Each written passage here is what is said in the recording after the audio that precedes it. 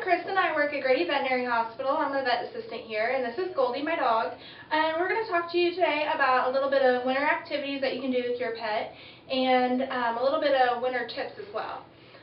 First off, with little dogs and short-haired dogs, they tend to get very cold easily. So you want to do a sweater or a jacket or a coat. When they go out in the snow and the ice, they might need, you can do little booties if some will keep them on.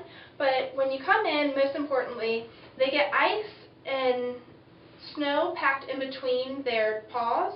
And what you want to do, especially if they're real hairy, they pack even more. So what you want to do when you come in is you want to check. You want to take a towel or a paper towel and just make sure that it isn't sitting in there, because it can hurt their paws and it's painful to walk on. Another thing is you can go out and you can walk or jog or whatever your level of activity is, and you can take your dog, but you want to shorten because if you're cold, they're cold as well. Another thing you can do outside when it's really snowy and they're scared, or you have a puppy and they're scared, you clear a path in the snow, and when you clear a path, you can make just a little path out and then do a little bit of snow, and so it's not completely clear, just so they can get the feel of snow. Sometimes they get scared of the snow and they don't want to play as much in the snow because it's cold and wet.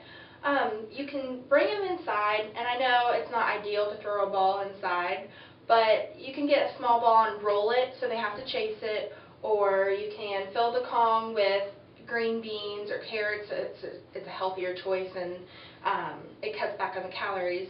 Another thing is when they are, they have less activity level, you want to make sure that they aren't getting fed the same amount. You want to cut back on feeding just a little bit.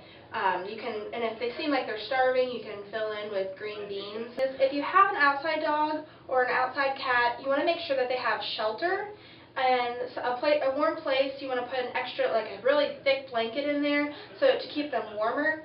Another thing is their water dish outside, it may freeze.